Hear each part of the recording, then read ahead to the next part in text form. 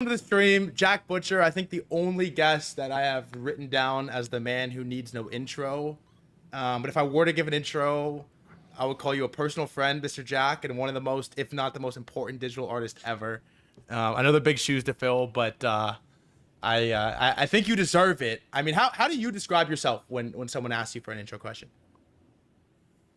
I given up now. I just say designer by trade, artist by accident. Designer by trade, artist by action is awesome. Well, dude, it's an absolute pleasure. It's been a while since we've done one of these. I don't even know when the last time. I think we was like a It Twitter was a Spaces, I think, the Twitter years ago. Spaces, Yeah. and I was looking back on my old tweets, and it was my first kick interview ever, 2023. We did LOL, did the Poe Oh app. yeah, You remember that? The Poe app and everything. the basement. Yeah. In the basement. It was awesome. But dude, good to see you. I mean, how have you been? It's been a while. There's been some crazy stuff going on. We'll talk about Zora and whatnot. But how have you been the last couple I'm months, good, mate. year, even? How you been? I've been good. Yeah. All is well. Ups and downs, feasts and famines. The way it goes, it's been good. Good few years. The kids are good. Family's good. Everything. Everybody's good, man. Yeah. It's a wild balance, but everybody's great. Yeah, you got a lot going on, but you hold it down. I mean, let's talk about the most recent thing that happened. It was a little bit nuts. Because we have some history with Zora. I don't even know how Mm-hmm. many of the people that watched the stream were there for 2023, but the Threadition mint was on Zora, which at the time I was like, I mean, what the fuck? What is Zora? How? It's like, Mm-hmm. what kind of bag did this guy get from Zora? What is this chain? It works seamless. Zero, Zero. zero, zero. It works seamlessly, and then it's pretty funny how it comes full circle. But you made a tweet that you created a Zora account, and then it auto launched the visualized value coin, which is ironic for many reasons. And then you've since turned it into a little bit of an experiment. Like, yeah, what happened with the Zora thing? Well, I didn't create an account. I had an account because I've been using Zora since 2021, 2022. Checks Open Edition was on Zora. Opepen Open Edition was on Zora. A bunch of other, probably all Open Editions back then. And actually made a film with them, I think in 2022. They did an incredible job. We shot this little 15-minute film. And I think they've been sort of pivoting away on a couple different models the last couple years. I've had an account. I downloaded the app the first time they shipped the app, and then I heard the claim that this was a user error, but the user error is not updating the app. So if you're not going in the app store and like manually updating the app, that's what launched the coin. So I went. I saw your tweet 4 days ago, whenever it was, like Zora is cool now, or whatever it was, and I was trying to get a screenshot of a reminder of the Threadition, like Zora's been cool, and you know that. So I was digging for this screenshot, and I looked on the web. And it's like it wasn't presented in a way that I could get a nice little square crop. So I was like, oh, I'll open the app. Oh no, actually, I went to the web, hit the first result, and it popped the app up. Then I get the privy thing, the two-factor authentication. This is 6:30 in the morning. I'm in bed, my eyes half closed. Put the 6-digit thing in, press OK, get the screenshot and close it. Go out. I'm like having a cup of coffee at the table, and then my phone goes off. It's like Farcaster. 7 people you know are buying visualized value. I'm like, what the fuck?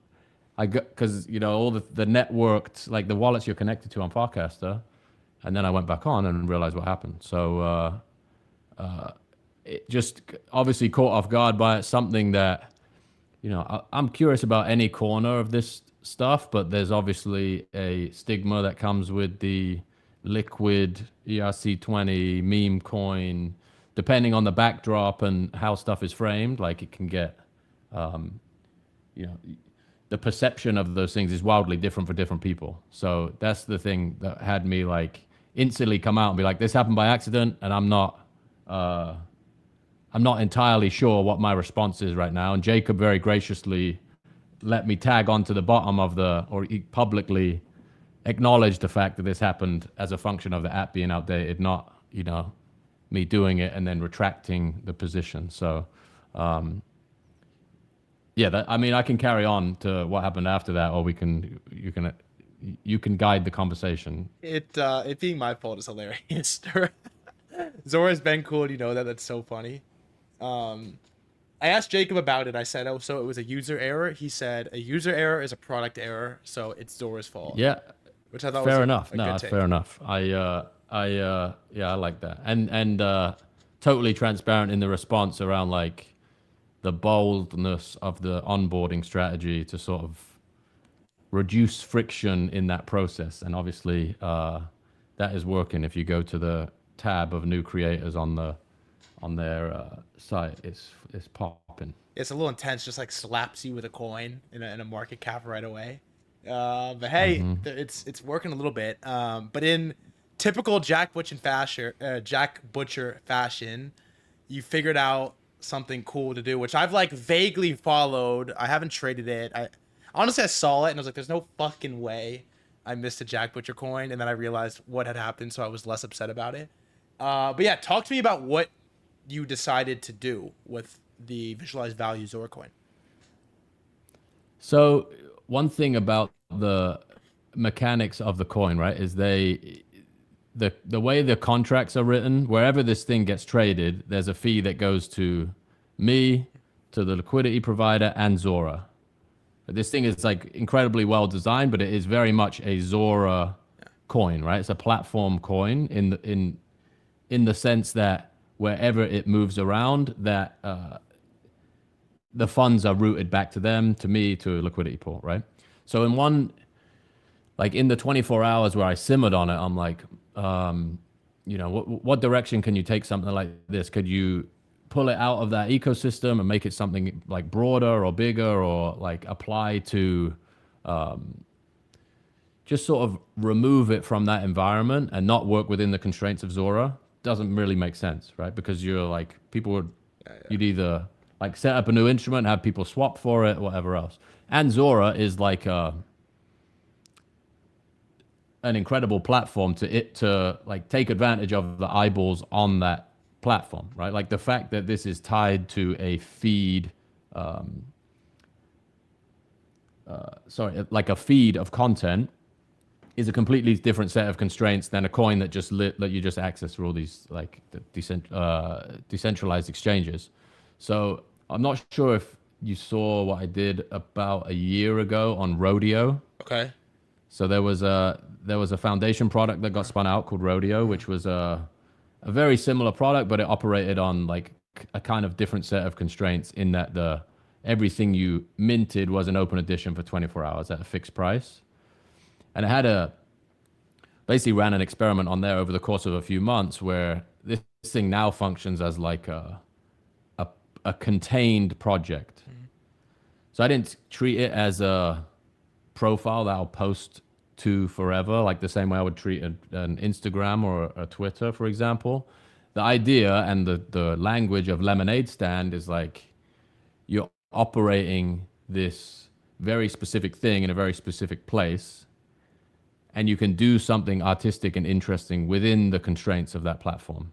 So the idea that this thing happened accidentally and sort of assigned this price or value to the visualized value name, at least within the Zora ecosystem, just created this opportunity to like, and hopefully it's obvious that the name comes from this idea of, an accident, life gives you lemons, make lemonade. And lemonade as like how deep I'll go into the like conceptually the idea of the difference between the value of products and the value of a brand is interesting to me. So like you go past a lemonade stand on the street, someone's selling you ingredients that cost 10 cents, right? Kids on the corner of the wherever, $5 a cup of lemonade. You're not paying for the raw ingredients, right? In the same way that when you're making art or you're building these ephemeral digital experiences, there's this massive gap between what the thing costs to deploy and what people value it at. So it's the very beginning of that story, but the idea is like to try and draw a parallel there, right? And one of the things I swapped out this morning was like the 9 tokens that became part of that feed were all had different denominations, so different costs, and the market values them independently at different prices. And then the artwork got swapped out today to represent basically like the sales report of the lemonade stand. Like in the first 24 hours, who bought the most of what? What's the P&L of the lemonade stand after 24 hours? And that's like conceptually interesting to me. Like all the volume that goes through this thing, helping people understand like where the fees go and the like the way in which the creator coins pay out to me invest over 5 years. Like there's something about it where like I think there's an opportunity to sort of make it this like art project that documents the evolution of a like a digital only business using a lemonade stand as a metaphor. That's the idea. When you like when you sit down to then concept and iterate on what you're gonna do with the lemons you were just handed, do you have a process or does it just come to you when you start jamming? Like how did you even get to that?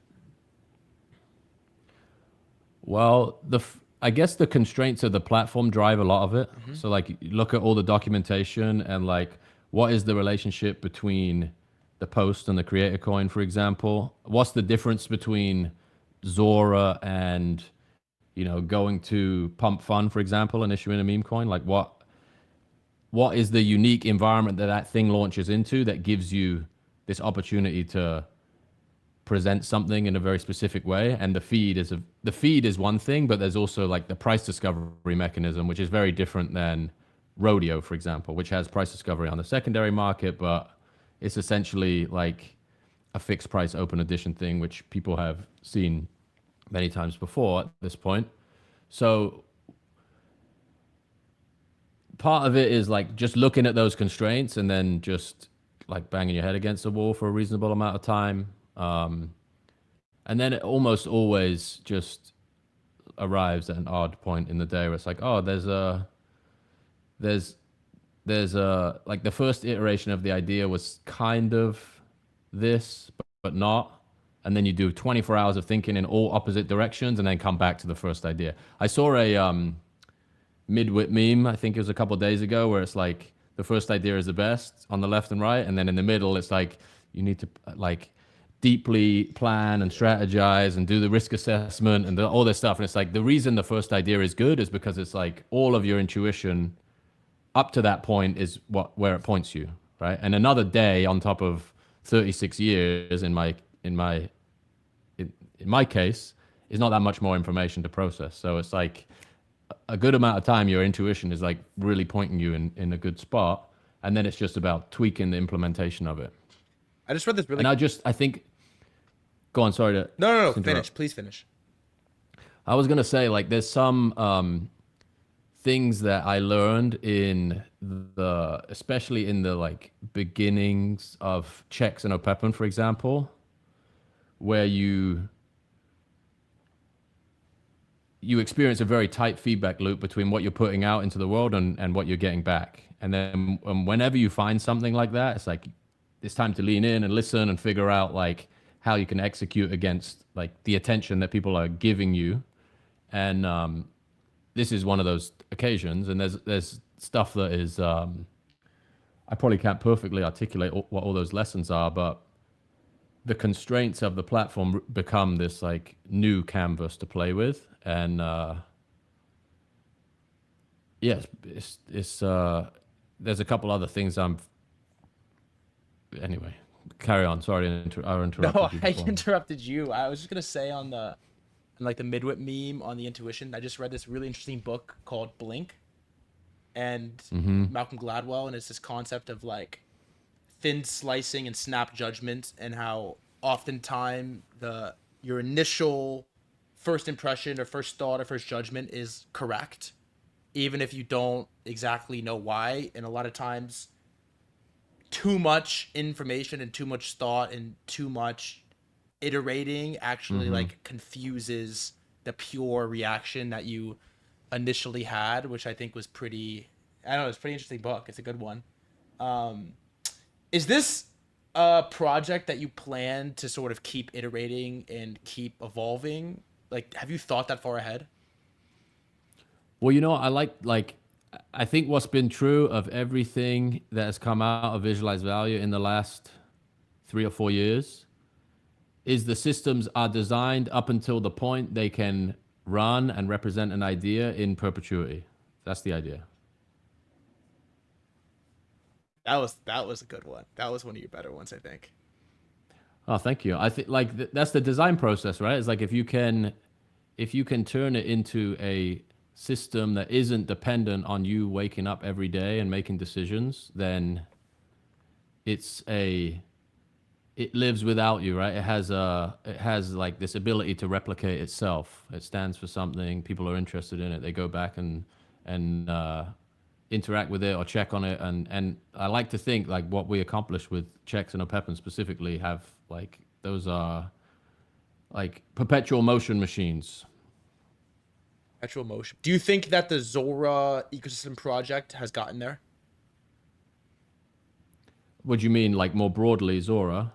Sorry, the visualized value Zora collection to the point where it basically exists in perpetuity. I think I have ideas I can get it there Yeah. in short order. Yeah. I like that take a lot. I'm curious more broadly, Jack. Like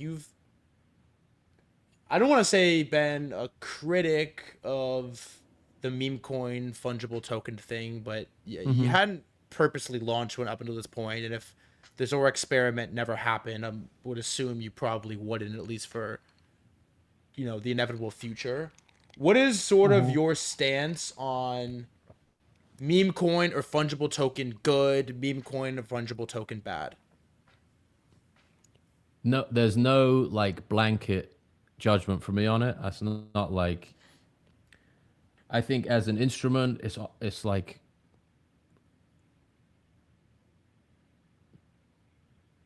an unbelievable thing for people to make their own money, right? Just as a like creative exercise, as a like as a technical possibility, it's an unbelievable thing, and it always for me is like how interesting is the thing or how creative is somebody being with that thing, and when you're like 10, 12 months, 18 months, 2 years into like no differentiated application or idea, or very rarely seeing something that's executed in a way that is unique or is like taking that medium and manipulating it or like has an opinion that's executed in a way that makes you look at it and be like, oh, that's different, right? That's like props to platforms like Zora that keep like pulling together these new mechanisms to like take these things that could exist by themselves and make them, build a system around them, build a environment around them, and like, yeah, I have no. It's more of the case of like why I didn't drop into that in the same way that like the NFT thing captured me in 2021. Is it's just not as it just doesn't like set my brain off in the same way, like I was hugely into collecting stuff when I was a kid. I'm sure like a lot of people got into the world of like crypto art that way, and I'm a terrible trader as well. So it's not like that's not my. So what is there for me? There's nothing that I could launch against that that's interesting enough. The people largely operating solely in that world are not very interested in what I'm doing. So like freedom to transact, but it just was not just wasn't didn't have the gravitational pull for me that NFTs did in 2021. But the underlying components of it are still interesting, and I think you can use them in many different ways. Obviously, many ways that we haven't figured out yet. Yet. I think I love that take. I don't know if you've ever thought about this. The way that you approach your your creative side, your creations, things that you launch, your artworks, your experiments. So they're like it's calculated, it's planned, it's particular, it's thoughtful. I think thoughtful was the best way to describe it. in a space that is often so now, money. Who cares what happens in a week? Let's, take the one Oreo Mhm. today instead of 100 next week. Do you feel any sense of like responsibility for the outside perception of crypto and digital art, and that like do you feel some semblance of responsibility for it being painted in a good light and like bringing quality to the ecosystem? Yeah, I think so. Like I do. And I think the only real way you can do that is by making things you're proud of and you can defend and you feel like you put everything you have into, you could justify the decisions that you've made. And like I think you can do things where get on stage and talk to people and like advocate for people to behave a certain way, but really the stuff that's gonna change minds over the long term is stuff that gets built that people look at and they're like, how do I get involved in that? I want to own that. Like, why are all these people still talking about this thing 3 years after it's launched? And I think there's many people way earlier than contributed to this way earlier than I did, crypto art specifically, where those are the reasons I sort of you could see one diamond in like a massive mound of horse shit and be like, oh, that's interesting enough for me to like keep going and try and build something that gets even remotely close to what the people that came before contributed to this space. And I think it's also gotten to the scale of it now is almost like maybe I'm too close to it and this is not a good observation, but the idea that you think about like the internet and the adoption of the internet, crypto gets to a point where you don't want to associate with everything that is attached to crypto Yep. because it's like an economy way bigger than, it's like there's 98% of things, 99% of things going on in any economy are like of no interest to me. And I don't, because I use the same currency as a person that does something in this very different world and very different set of interests than me, we have this like massive perception issue for that reason, right? But there's this weird paradox where this stuff is becoming a part of your parents' 401k, but the like daily perception of what crypto is largely negative. And I don't I think the people who have approached it and built things that like have lasted have, you know, 1,000 times more influence than people who haven't. It's like the internet is it's the same metaphor. It's like the barrier to entry is so low, anybody can do anything, and I think we're at that inflection point where crypto is just too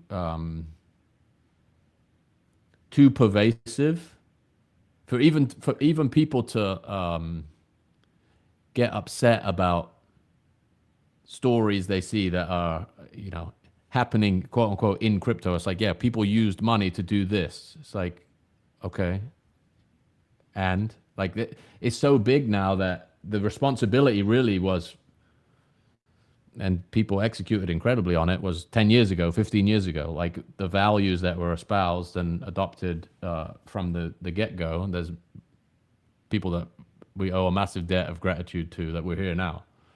Ah, such a good take that people use money to do X bad thing. Yeah. What so to that point, do you think that the negative mainstream perception of crypto is something that the ground floor participants should worry about and consciously think about?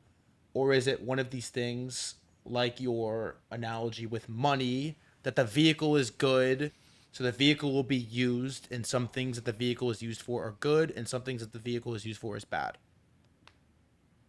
Yeah, I think it honestly is like it is down to your own, like what you're doing. I think like if you're building something that you believe is interesting, why would you why would you even give a shit about how it's perceived in like a completely separate area? And I think that is like maybe a litmus test for like maybe it's not for you. Like if it's upsetting you that like some people think crypto is, insert whatever uh, insult there, like that is maybe a signal that like you haven't discovered the part of it that's actually interesting. Like there's plenty of people that I know in the quote unquote real world that have no interest in this, but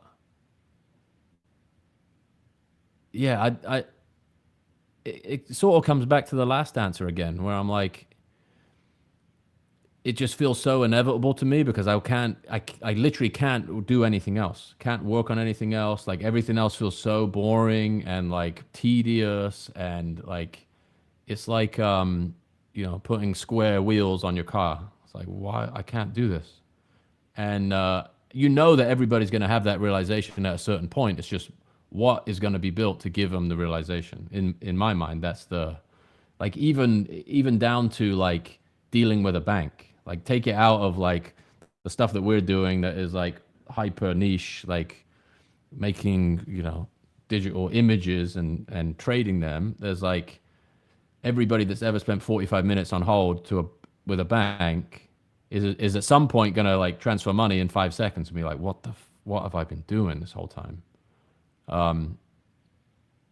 Yes, I think that's inevitable in so many different ways. But if you're like trying to make a career out of it and you can be knocked of your conviction by opinions of people who don't understand it, do something else. Honestly, I love that after all this time, you still feel that, like, you still feel the same way about crypto. Like, you can't work on anything. That's awesome. It's just like, yeah, it's awesome to hear from people you care about. On a little bit of a different note, I think one of the reasons I, at least personally, have so much respect for a lot of things you've been able to create, and one of the reasons you're able to create these things is you try everything. Like you were using Zora in 2023. I think you might be the biggest account on Farcaster. You're on every social platform that has like, I don't know, do you have a Blue Sky account? Probably. Do you have like a I lens? have a username I never posted though. Yeah, Yeah. but you have a fucking username. It's more than I can say. You've used every platform ever and tried it. Do you think that there's any social platform that is more important than the others? And how have you seen the usage, the influence, the importance of social platforms like evolve? Where do you think it's going? The one I really regret giving up was YouTube. I have a YouTube channel, a Visualize Value Uh-huh. YouTube channel that's probably like, I don't know, 20,000 subscribers or something.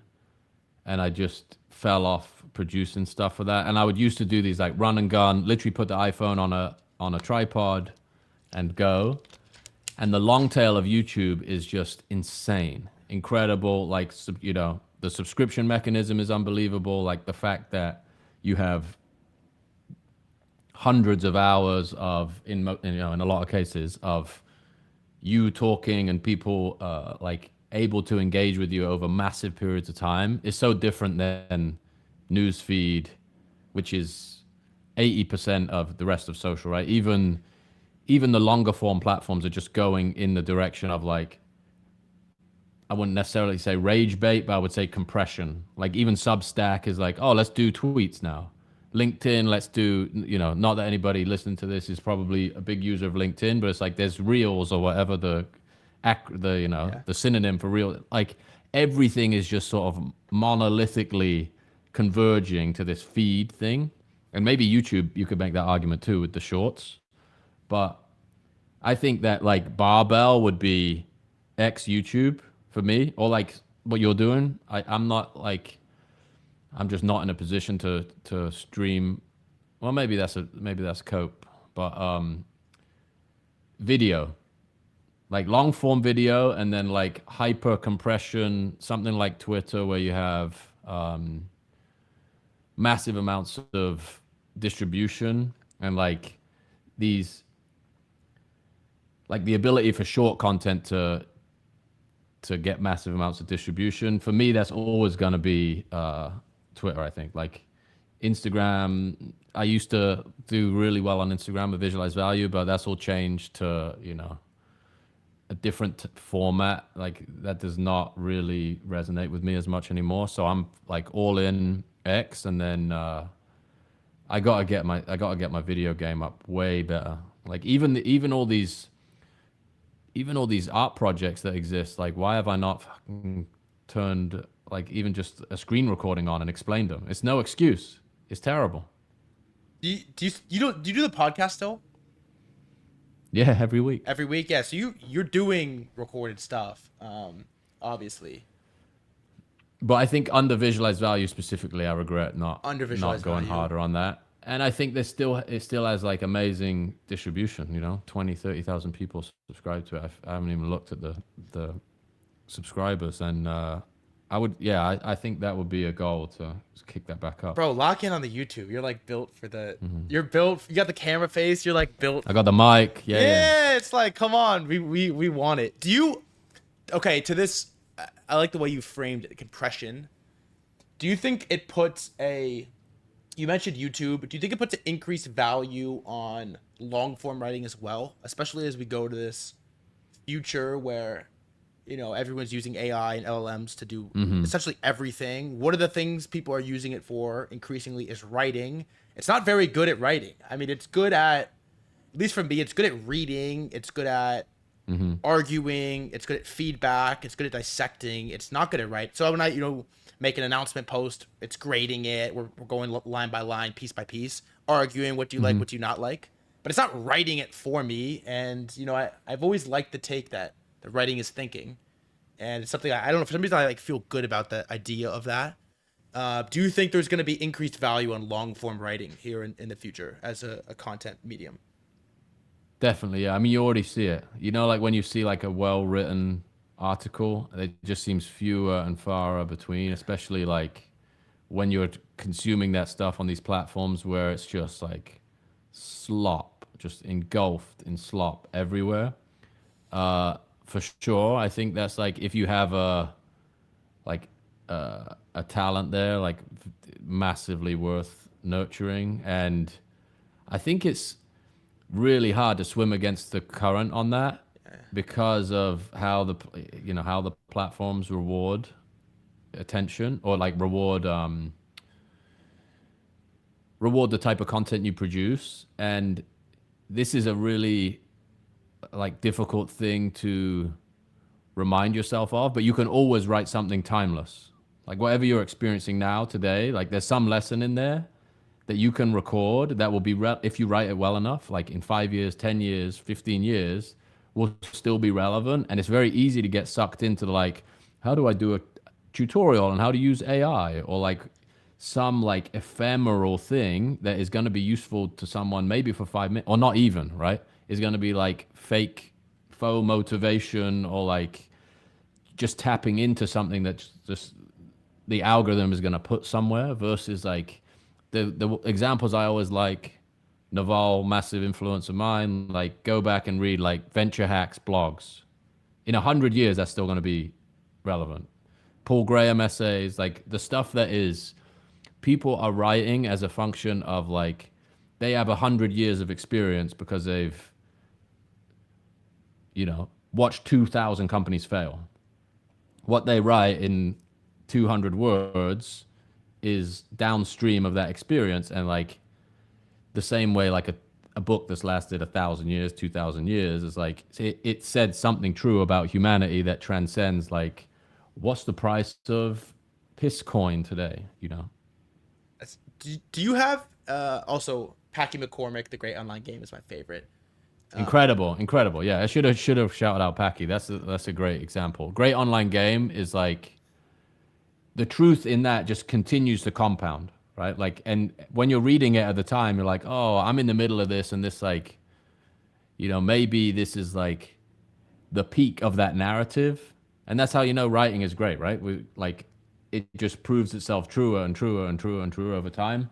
Also, shout out Morgan Housel. You ever read any of his stuff? No, I don't even. Who is that? I don't know who that is. He has a book called Psychology of Money. He's like more of a Okay. like traditional finance writer, but there's a Word. great book he wrote called Psychology of Money, and a lot of that would be the antithesis of the majority of crypto, not necessarily operating principles, but the average participant in the market is probably doing the opposite of what's written in the Psychology of Money for the most part. But it's a great book. Also, real quick, I told you 30. Can I keep you for like 20 more minutes? Do you have to go? I know I told you 30. No, no, I'm good. I'm good. Okay, As long as I'm out by the top of the hour, I'm good. hard. Do you have a like dead internet theory doomer case? Like, are you? I don't know. How do you think about how that evolves? Like, are you a doomer on that perspective? On the internet is just compressing into slop forever, and you have to conform to the algorithm. I am a little bit, but I also think like crypto is, even the most basic explanation of crypto and crypto art, for example, is like how you get around that internet theory. Because people have a connection that is far more like high fidelity than what the algorithm is going to show them. They bought something that you made and you have the ability to see where that thing goes forever. And crypto is this like parallel internet in that way, where weirdly, if you build those networks well enough and you get enough people that represent the values the network is trying to represent, there's a way to like coast off some of the energy of these like robots that are doing your work for you. And like, don't get me wrong, that percentage of like stuff that is not human made is going up every single day. And I feel like crypto is this like somewhat of a firewall operating against that, where the strongest relationships that I've built on the internet have been through, people signaling that they really value what you do because they buy your stuff. And I think there's like really dystopian versions of even what we're talking about. It's like, I'm going to make like, this is another, agents are going to start buying crypto art and custodying it. And I'm just going to like try and optimize my stuff for, to be acquired by a algorithm and like an anonymous pool of capital. And the truth is, I think that the only way that gets relevant or interesting is if it has a human network of people that value it, because it's all downstream of human consensus, right? All the Redditified terrible answers you're getting from ChatGPT are because it's ingested hundreds of millions of like Reddit posts and wherever else. And how it decides what is interesting or good is like a function of it distilling and amalgamating all of that feedback. So there's still time. I would think it's all like, I think I've flip flopped on this quite a bit. Is like the the idea of AI, even the automation narrative. It's like, go walk into any business in America today. It's like, you think they're operating based on the available technology. Not even close. Like like the way people like extrapolate the argument to be like, this technology exists, therefore this business or this service or this interaction is gone forever. It's like, you're a moron. That's like, hasn't been true ever. And it may be more violent in certain places, but I don't think you can say like the existence of the technology negates this or this. I've worked in like advertising agencies, the most bullshit jobs you can possibly imagine. Like hundreds, thousands of people just like making shit up that is honestly not in service of any specific objective. It's like a role. It's like a massive LARP. The incentives that are keeping those things afloat are way different than like, let's sell more of this. And that's a longer conversation for another time. But there's another book, I forget who wrote it, called Bullshit Jobs, and a large swath of economic activity is just complete nonsense. And that's why I think you're also seeing like, oh, maybe we should build hardware. Maybe we should like fix roads. Maybe we should figure out how to like produce stuff and not, go to an office and like larp around doing 12 meetings a day trying to come up with a banner ad for a new Verizon phone plan. But there's still a lot of economic activity going around that. Awesome take. I like the first part when you're talking about.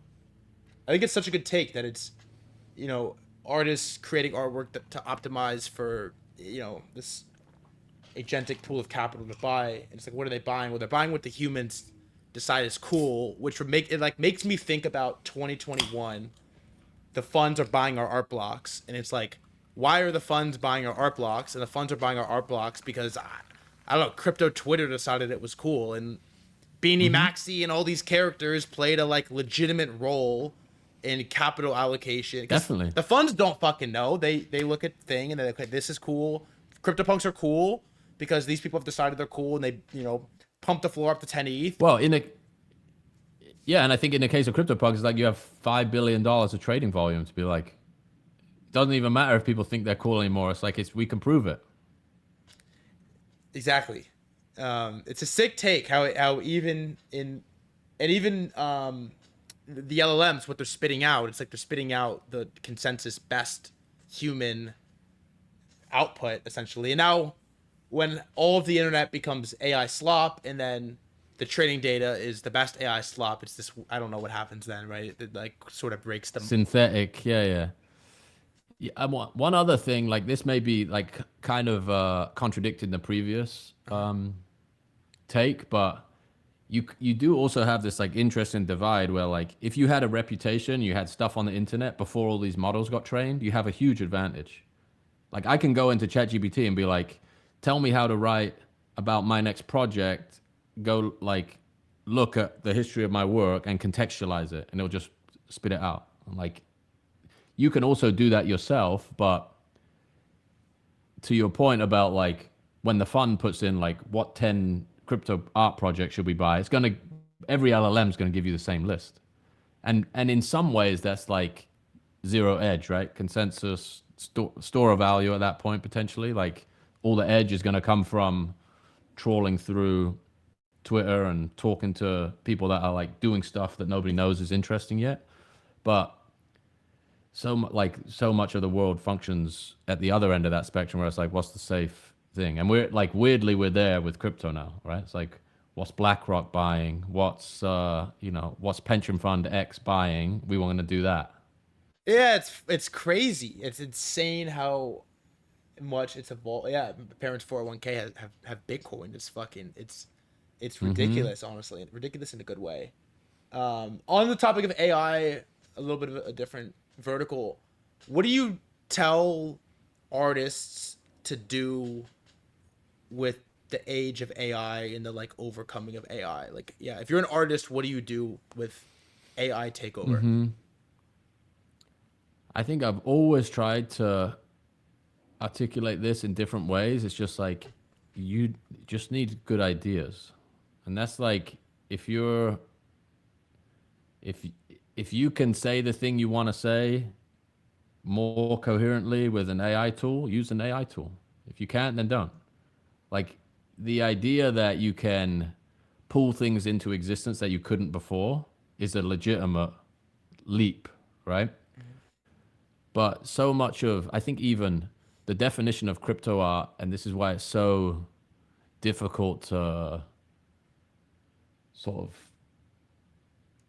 have a more intelligent discussion about it with like people outside of this world, is like the stuff that got on Jimmy Fallon and CNN and all that stuff is like, oh, these are pictures that people are paying money for, right? And I would reframe that as like these are networks that people are like want to own a part of, and there's some reason why that network is interesting or valuable, and you should look at the connections between those objects, not the objects. That's what makes these things valuable. The relationships between the things is what you should be looking at. And AI as a tool, like I've put a couple projects out the last few years that like they have used that tooling specifically because the idea is reinforced by the fact that they're made that way. It's not because like I have in some cases actually it is. I have an idea of an image in my head and I can't make it without that. But that in my mind is not crypto art in the same way as like what is uniquely possible as a function of in most of my cases Ethereum as a network. Like what can that do that like uploading an image to a database can't? And the same I think is true of AI. It's like if you're using it, I would say everybody will like get value from it in some part of the process, but it's it's really an accelerant in some areas, and you're still going to be judged on your ideas ultimately. Like the one thing that's actually inversely true, or the paradox of it, is it like gives you this false sense of progress because you could just churn out shitloads of stuff, or you can like make an app in one prompt, and it's like so can everyone else. Like that's the thing that people forget with this stuff is like anybody with not even $20 can do the same thing. So you don't like AI is not necessarily giving you an advantage. You have a computer and an internet connection. Like the value is always you, your ideas, how you execute them, how you communicate them. You remember that meme that was going around a few years ago, no, a few weeks ago, that was like, there's $10 million in your laptop. You just have to figure out how to get it out. Oh, what was your It's like, tweet? no, you have to figure out how to put it in. Yeah. Yeah. And that and that I think is like I get the message, and I like there's some kernel of inspiration and motivation, and like the internet is powerful. You should use the internet. You can like transcend your physical barriers and limitations by having access to all these people and stuff. But that mentality is not, hey, you like excruciatingly show up every day and polish your skills, and a network will form around that will give you an insane amount of optionality if you execute well over time. But that's not gonna get 200,000 views on Twitter, is it? My favorite like Jack Butcherism is every time there's like some vibe like that. I've ever shown that to Malcolm, and I'm like, I think I replied to it. How does he do it every time? There's like this viral thing. Everyone's like reposting it, bigger number, whatever, and then you just like hit it with a complete flip on his head. I thought it was hilarious. Thank you, mate. I got like two more things for you. The first is I read this book the other day. I've been doing a lot of reading recently, which is sick. Good man. Steal Like an Artist. Have you read it?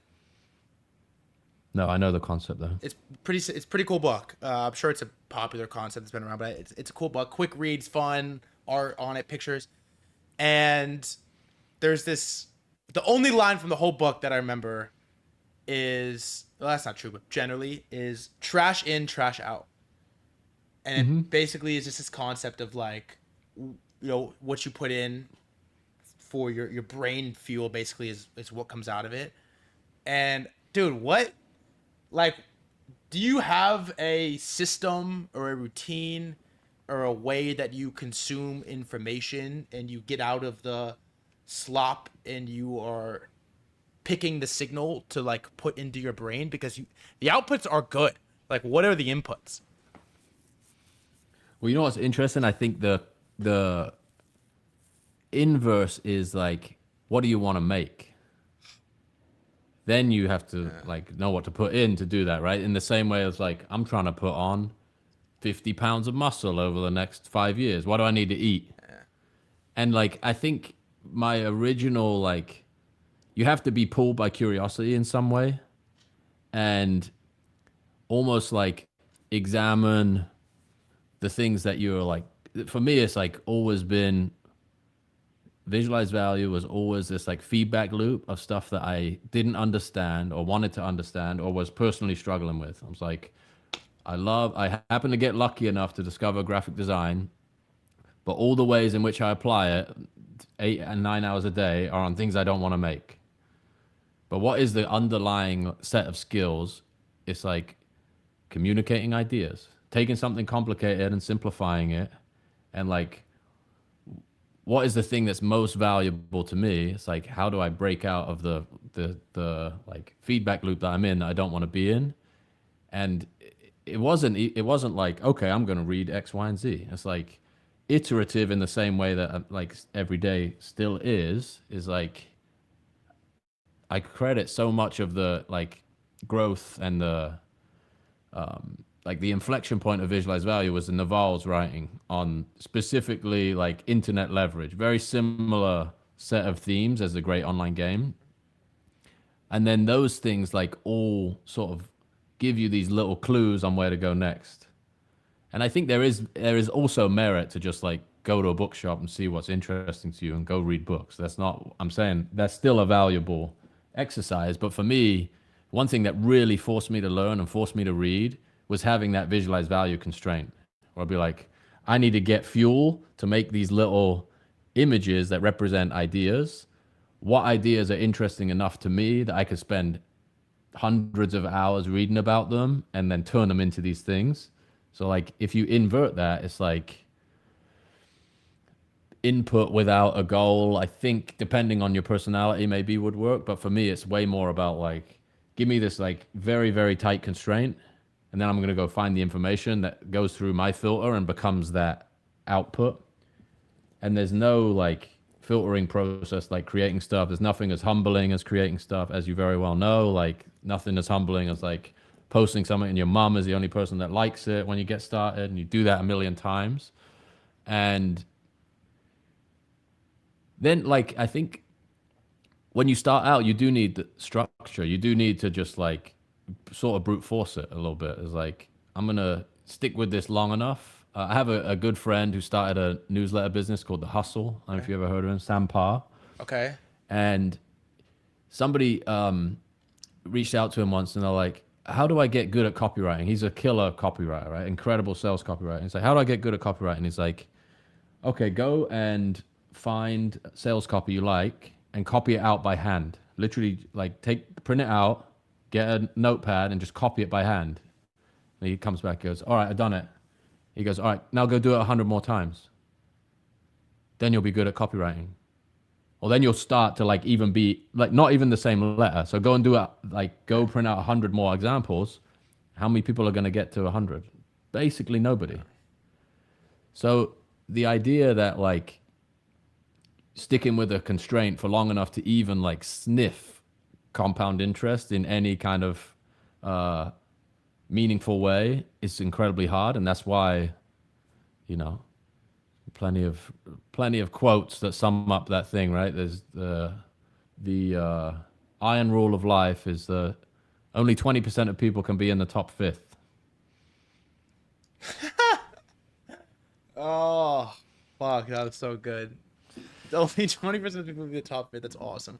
All right. Charlie Munger, rest in peace. Yeah, rest in peace. Okay, here's the last topic. And I'll ask you like one question on it, and then we can come to a wrap. I plan to talk about this a lot, which is Opepen. Which Yeah, thank you for representing, by the way. We appreciate that. yeah, of course. I changed my PFP back. I felt like, you know, I went black screen or whatever. I was like, yeah, this sucks.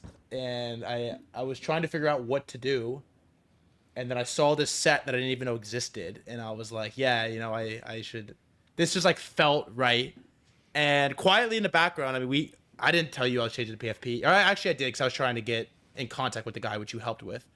But I've just like bought a ton of Opepen. And I've sort of went through this phase where I was obsessed with NFTs, and then I was uninterested in NFTs, and then now I'm very interested in NFTs again, sort of like returned to I don't know, to home. And as time has gone on, I haven't really tweeted about much, we haven't talked about it that much, but I am increasingly feeling like Opepen is like, it's just I think it's the coolest digital art collection to ever exist. And I have obviously personal bias and lore with Opepen that most of the chat probably doesn't even know anymore. I'll tell the story after stream.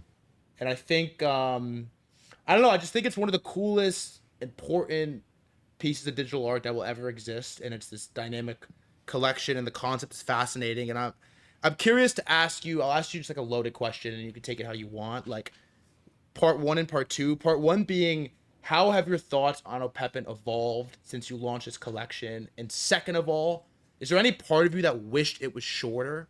Like, are you tired of Opepen? Are you tired of it, you know, there being 10,000 still unrevealed Opepens? Do you feel like this thing is dragging out? Like, how has your thoughts on the ecosystem evolved since you launched it? And I think 2023 early.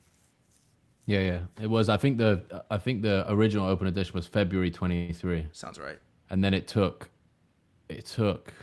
3 or 4 months to like turn it into what it is now, or the first iteration of what it is now. And there were definitely, to answer the second question first, before we shipped this new version, I was definitely like, this is just too big. It's too crazy. And like me being a bottleneck is not good.